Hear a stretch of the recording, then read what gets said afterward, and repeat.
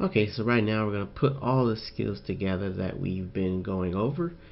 And what we want to do is we're going to draw plan views, which is just a flat two-dimensional view. And so you want to use some simple household object.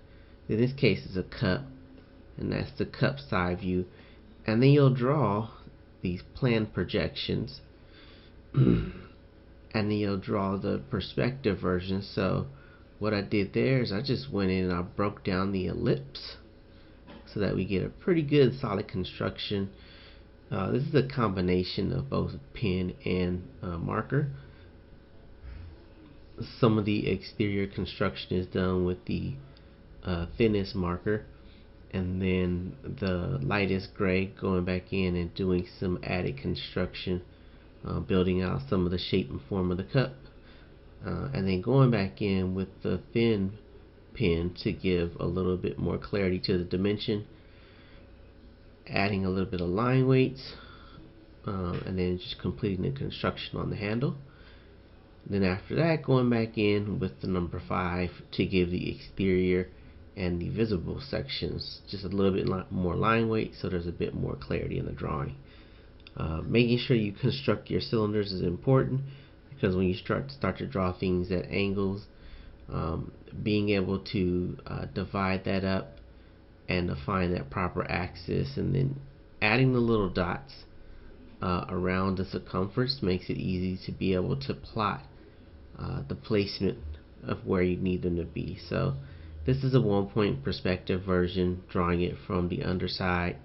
Again, drawing it with the thin pen, then going back and adding line weight, and then using the, I believe that's 30%, going in and using that to just add a little bit of value in the inside and on the underside.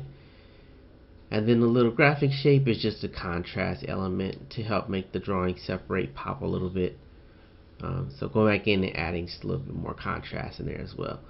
Whenever you use a marker, make sure you put the tracing paper underneath it to keep it from bleeding through and completely ruining your drawing. At the end here, I just came back in with the number 5 pen and gave that a little bit more line and emphasis. And then I switched to Prismacolor to do the box. So this is a completely separate object here, and with this is the same idea as the previous. It's just going in and doing a very simple plan view to get an idea what it looks like from the side, and then start to project it 3/4. So constructing all the planes, and then I drew an arc up to a vertical to get the angle on the top of the box to help me figure out how to project that to the other side, so that I get some really solid construction. So when you're doing these type of drawings, you're looking to project things back to the vanishing points, and then find the area of where it intersects, because wherever the intersections are, that's where you're effectively going to be drawing things from. So this is just going through building out all of those sort of all the hidden parts, but then coming back in and giving clarity and line weight to the stuff that's a little more visible. And then I just use the marker to give a little bit more dimension to it, so it wasn't as flat. Coming back in with the Prismacolor around the outside to give a little bit more thickness to the line weight and the overlapping lines. And that's pretty much it.